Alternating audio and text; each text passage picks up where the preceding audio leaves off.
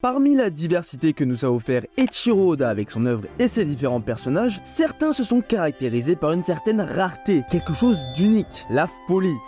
De par un manque d'empathie, par une violence énorme, voire même des addictions, de nombreux individus ont sombré dans la démence de manière temporaire ou à temps plein. Cela a conduit à des actes terribles et d'une cruauté rare qui ont bouleversé le monde de One Piece et des populations entières.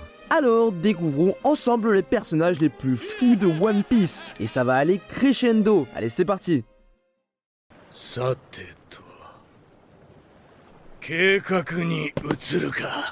le machiavélique. Le fameux majordome de Kaya. L'homme étant le plus intelligent de East Blue derrière Ben Beckman. Cet homme, malgré les apparences, est atteint de démence. Il est égoïste et arrogant.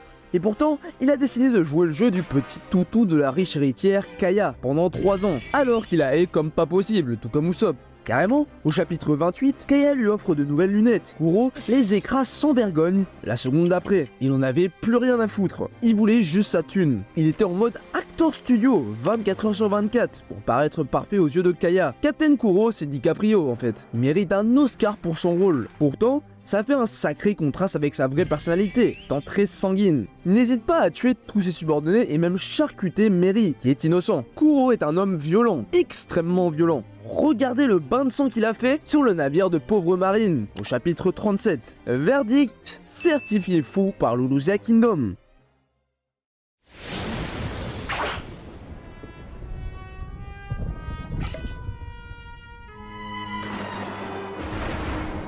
Vinsmoke, Juge. Chef de la famille Vinsmoke, ancien membre des Mads et roi du royaume Germa, Juge est quelqu'un de très extrémiste dans ses moyens de réaliser son objectif, de reconquérir North Blue comme ses ancêtres. Ainsi, il va pas hésiter à tuer ceux qui barrent sa route et à modifier génétiquement ses enfants pour les rendre extrêmement puissants et aussi dénouer d'émotions grâce aux facteurs de lignage, contre le gré de leur mère, mais un seul ne va pas correctement répondre aux résultats, c'est Sanji. Alors il a renié son fils en le rendant captif dans une cellule avec un masque de fer dans les tréfonds du château des Germains. Il est trop faible, trop empathique. Et carrément il a honte de lui, et ne veut pas que son nom soit associé à son existence. Un père exemplaire quoi.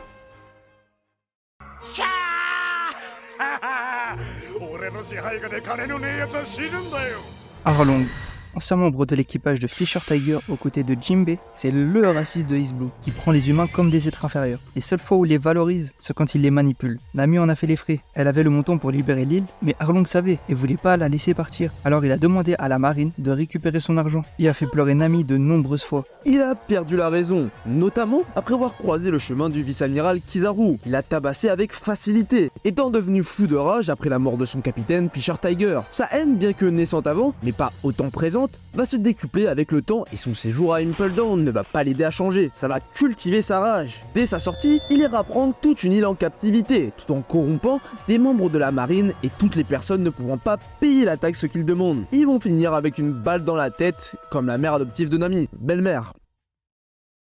8年前サイファーポールナンバー5で司法戦襲撃現行犯トムズ・ワーカーズを逮捕した男ぜ。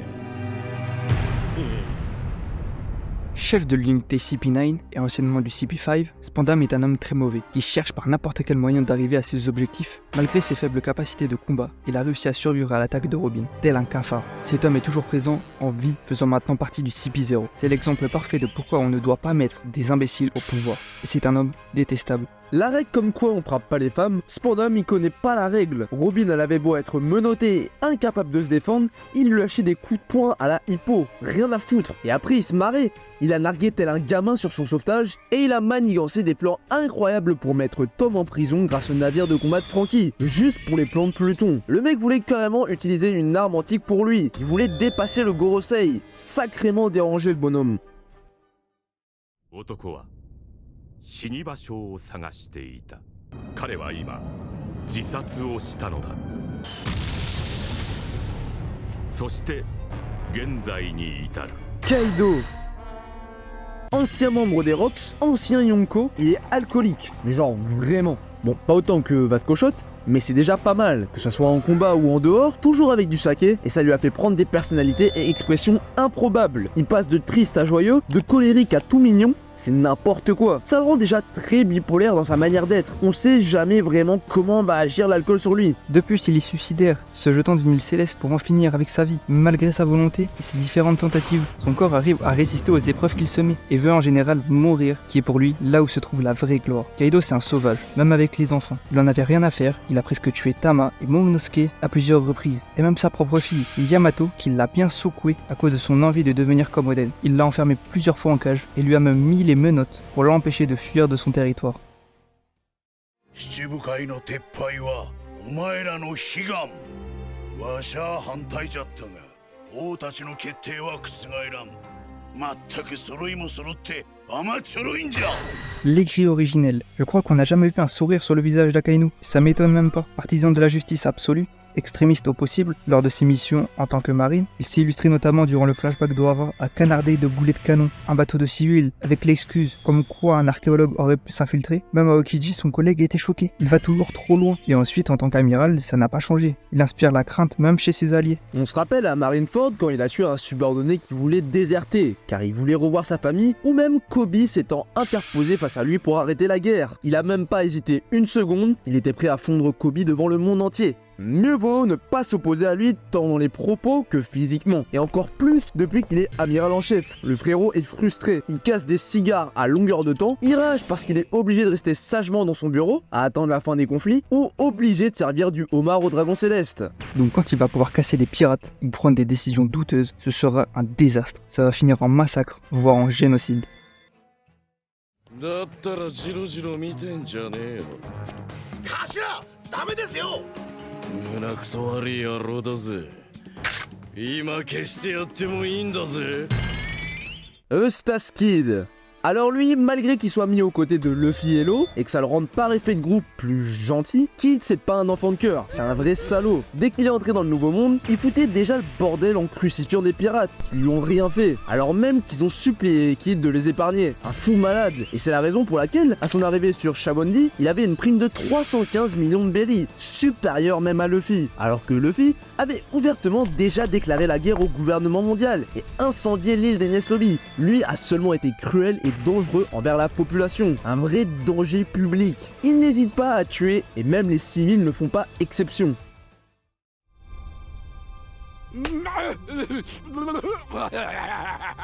苦しゅうない。表を上げ。 Kurozumi Orochi.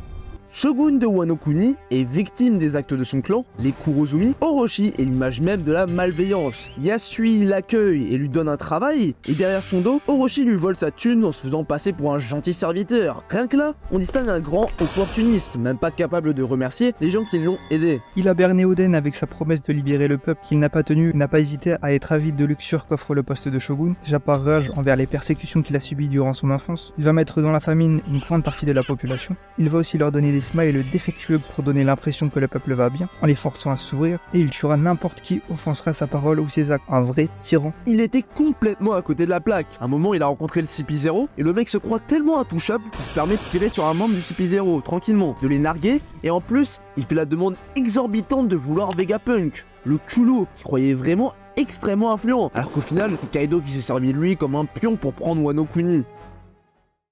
被害者たちのその後の経過も抜かりなく観察している。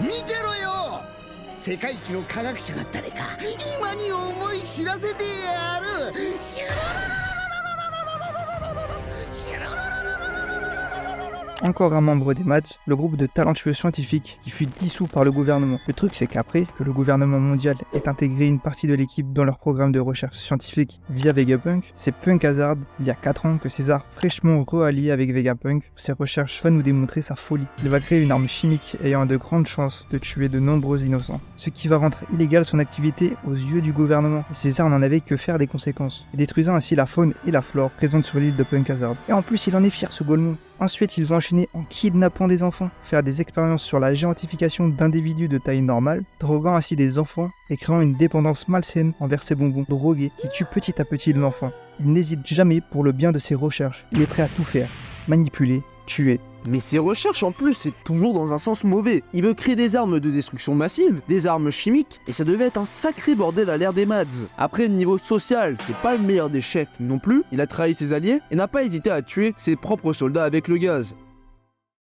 退屈しねえなこの世界面白くなってきた Don Quijote do Flamingo, dragon céleste déchu, revenu sur la terre ferme, il y a deux choses qui lui sont restées de son ancien statut, son arrogance et sa fierté. Le mec est perché, il était en pleine guerre de Marineford et il se tapait des grosses barres en coupant le pied de Oz. C'était extra, mais en plus... Lors de la réunion des Shichibukai, le mec n'hésite pas à manipuler les marines pour qu'ils s'entretuent. Et ça le fait marrer dans son coin en plus. Il a fait la même avec Bellamy et Sarquis, un vrai sadique. Et il a encore reproduit la même chose à grande échelle, mais plutôt dans le passé, puisqu'il a manipulé, grâce aux capacités de son fruit, le roi Riku, le roi de Dressrosa. Ainsi, il l'a forcé à tuer ses soldats et son peuple, qui évidemment est traumatisant, mais ce qui faisait marrer Doflamingo encore une fois. Lui à côté, il passe pour le héros en le battant. Il a tout compris, mais de plus, c'est le seul à faire des positions trop cheloues.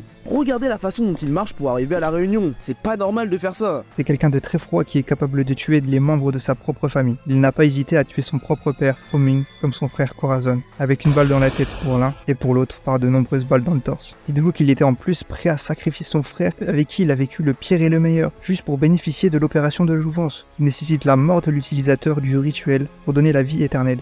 Aucun état d'âme.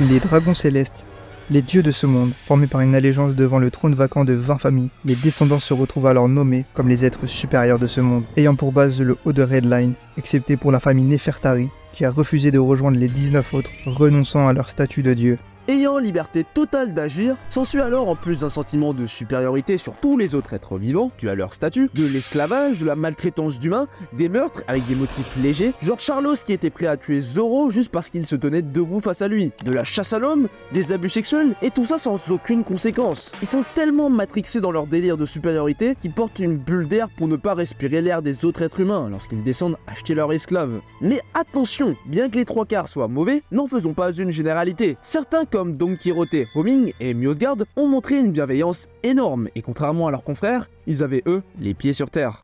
Avant de rentrer dans les 3 piliers de la folie, voici quelques mentions honorables. Morgan le Hacheur, le marine tyrannique, le premier antagoniste de la marine, étant extrêmement narcissique de par sa soi-disant victoire sur le capitaine Kuro, qui lui est monté à la tête, imposant ainsi la dictature de Shelltown de par des taxes et impôts extrêmement élevés, une statue à son effigie, ou encore étant capable de tuer ses propres subordonnés à la moindre égratignure sur sa statue. L'exemple parfait d'un marine exemplaire quoi.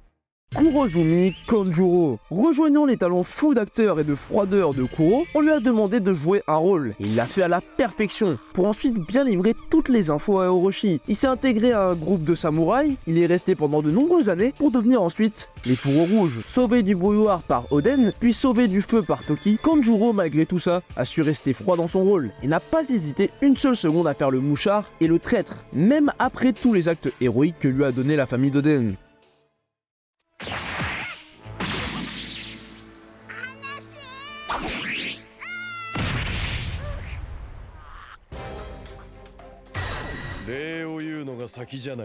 Rob Lucci, leader du groupe du CP9 et anciennement sous les ordres de Spandam et actuel membre du CP0, cet homme s'illustre déjà par le fait qu'il parle essentiellement avec son pigeon. Rendez-vous compte de la dinguerie. Durant son infiltration sur Water 7 pour récupérer les plans de Pluton, il a pas ouvert la bouche une seule fois. Et sachant que leur infiltration a duré 5 ans, le frérot il a joué le ventriloque pendant longtemps. Et ça jusqu'à l'incident avec Robin et les Mugiwara. A théorie, il devait en avoir marre. J'espère qu'il lui a donné les graines au moins, parce que le pigeon était clairement dans un 168 heures semaine non payée plus heures sup. C'est grave. En plus, durant son combat face à Luffy durant Agnès Lobby, on apprend son flashback. Et cet homme manque clairement d'empathie. Il est impartial et depuis tout jeune, mais je crois il a un peu trop pris au pied de la lettre. À 13 ans, il était déjà présent sur le terrain. Mission sauver un peuple affilié au gouvernement mondial, qui a 500 de ses soldats pris en otage par des pirates. Donc en soi, à ce moment, Lucci il arrive tel un sauveur, le mec qui va libérer le royaume. Et Lucci, il va pas trouver mieux comme solution que massacrer tous les otages. Comme ça le problème il est réglé. Mais il a un souci mental ce mec, dont le problème est réglé là. Il fait n'importe quoi le petit là. Bref, gros souci le garçon, et ça va pas s'arranger en grandissant, car il gardera ce côté impartial mais fidèle au gouvernement quoi qu'il arrive. Même en s'étant fait trahir après sa défaite face à Luffy, après Enies Lobby, il restera fidèle. C'est un sociopathe et un homme dénué de morale, mais aussi arrogant. Pour lui, toutes les personnes faibles ne valent pas mieux que des criminels. C'est la raison pour laquelle il a massacré les soldats en otage dans sa jeunesse, mais aussi la raison pour laquelle il a fini prématurément son nouveau collègue du CP9, Nero. Lucci l'a lui-même avoué dans la tour de la justice. Il a rejoint le gouvernement mondial pour pouvoir tuer librement et légalement. Il aime la violence et particulièrement le meurtre. Suffit de regarder son expression au chapitre 404. Il est content car il sait qu'il va pouvoir trucider du monde. Bref, un bon gros léopard meurtrier le Lucci. 信用はするな。なんかあったら俺に言いな。俺はリンリン。この海の王になる女さ。 Big Mom. La seule membre féminine du groupe des empereurs, dès son introduction, on comprend qu'il y a des soucis au niveau de son cerveau, notamment avec la nourriture. J'espère qu'il y avait un médecin sur le navire des Rocks, parce qu'ils ont tous des problèmes mentaux, les membres de l'équipage. Big Mom, c'est une addict aux sucreries, au point même où tout son territoire tourne autour d'ingrédients et de différentes nourritures. Dans sa première introduction à l'île des hommes poissons, ça bavait carrément acide, tellement elle a la dalle. Une fois, elle fête son anniversaire, et elle a tellement aimé sa nourriture qu'elle a mangé sans se rendre compte ses frères et sa mère adoptive, à qui elle était extrêmement attachée, gardant toujours naïvement un portrait de sa mère adoptive avec elle, alors qu'elle l'a mangé. Mais le pire, c'est pas ça. Le pire, c'est quand elle fait ses crises de faim. Là, ça devient une boucherie. Elle devient folle de rage tant qu'elle n'est pas rassasiée. À 5 ans, elle était capable de terrasser le chef d'Elbaf, Jorul, avec une grande facilité dans cet état, ce qui lui a valu d'être bannie d'Elbaf. Et en plus d'être détestée par tous les géants, elle est capable de tuer ses propres enfants s'ils se mettent dans son chemin. Et elle devient tellement affamée que sa morphologie change. D'ailleurs, en parlant des enfants, ça aussi c'est une folie. Elle a 85 enfants, productivité max. Là, elle est impliquée de fou furieux. Dites-vous, elle a même eu un mari avec un tontata. Ouais, un tontata. Je vous laisse imaginer les contraintes de conception. Alors forcément, quand on a autant d'enfants, ça peut pas bien se passer avec tout le monde. Mais c'est la faute de Liline en même temps. Elle frappe ses enfants comme elle l'a fait avec Chiffon, la sœur de Lola. Elle leur prend leur espérance de vie, comme avec Moscato, et abuse des mariages forcés pour obtenir des alliances parce qu'elle est obsédée par le pouvoir. Et ses ex-maris, une fois utilisés pour faire ses enfants, elle les jette comme de vieilles chaussettes. Classe. Elle les laisse même pas voir leurs enfants ou avoir des contacts avec eux. Mais elle reste complètement troublée par son passé, l'abandon de ses vrais parents, la disparition de sa mère adoptive, qui a conduit à des troubles de l'attachement. Les personnes qui quittent son équipage méritent alors de mourir. C'était sur le point d'être le cas avec Jinbei. Elle est si violente et prête à tuer à la moindre occasion qu'elle pose des taxes qui doivent être payées chaque année pour résider sur son territoire. Son espérance de vie est la taxe. Face aux capacités de son fruit de l'âme, si la taxe ne peut pas être donnée, elle en est déjà arrivée à détruire des pays entiers. 久しいな。死に目に会えそうでよかったぜ。親父。 Marshall dit Teach. Bon, déjà quand t'as un rire comme celui de Barbe Noire, tu sais que le mec va être fou. Personnage très mystérieux, il est un grand opportuniste qui n'éprouve aucun remords. Ce qui l'a conduit à tuer son frère spirituel, qu'il connaissait depuis au moins une décennie, Satch, sans aucun regret, pour récupérer le fruit qu'il a longtemps recherché, le Yami Aminomi. Mais ce n'est pas tout, le personnage semble aussi tourmenté par plusieurs personnalités. À la fois confiant et très méticuleux, planifiant tous ses grands coups, il peut arriver qu'il devienne trop arrogant et stupide, faible et imprudent. Genre par exemple, c'était clairement le tout à Marineford, confiant, planificateur et intelligent, après avoir récupéré le fruit de Barbe Blanche, mais stupide, arrogant et imprudent face à Barbe Blanche et Sengoku, qui lui a presque valu d'y passer. D'ailleurs, c'est dans ces moments-là que Barbe Noire ose pardonner et implorer la pitié de son adversaire, juste par profit, pour lui mettre un coup dans le dos ensuite, un vrai pirate. La folie de Teach peut même être caractérisée par son ambition énorme. Il veut renverser le monde, il cherche le pouvoir. C'est pour ça qu'il fait la chasse aux fruits du démon, pour en gagner. Il semble même vouloir devenir un roi en faisant de la ruche une île affiliée au gouvernement. Teach, depuis qu'il a acquis le pouvoir de 2 fruits du démon, se croit maintenant complètement invincible. Et il s'est entouré de personnes aussi folles que lui. Un chat errant, une tueuse jalouse de femmes plus belle qu'elle, un géant stupide qui croit pouvoir se cacher, un alcoolique, un sadique qui tuait ses prisonniers, un cheval et un médecin qui ont 2 de tension, un champion et un sniper d'exception inexpressif. Bref, une belle brochette de winners qui sont tous hyper violents. Comme on l'a vu, la piraterie n'est pas le seul endroit où la folie est présente. Même les hautes instances du monde sont corrompues par la démence de leur statut. Et c'est certain que Eiichiro Oda n'a pas fini de nous introduire des personnages de plus en plus troublés mentalement, égarés de la raison. En tout cas, j'espère que cette vidéo vous a plu. N'hésitez pas à nous dire d'éventuels personnages qu'on aurait pu oublier en commentaire. Et si vous avez des idées de concepts pour les prochaines vidéos, sinon soutenez-nous en vous abonnant à la chaîne, que le royaume Lulusia atteigne les 100 000 partisans. Rejoignez-nous dans l'aventure, c'était un plaisir et je vous dis à la prochaine. Ciao!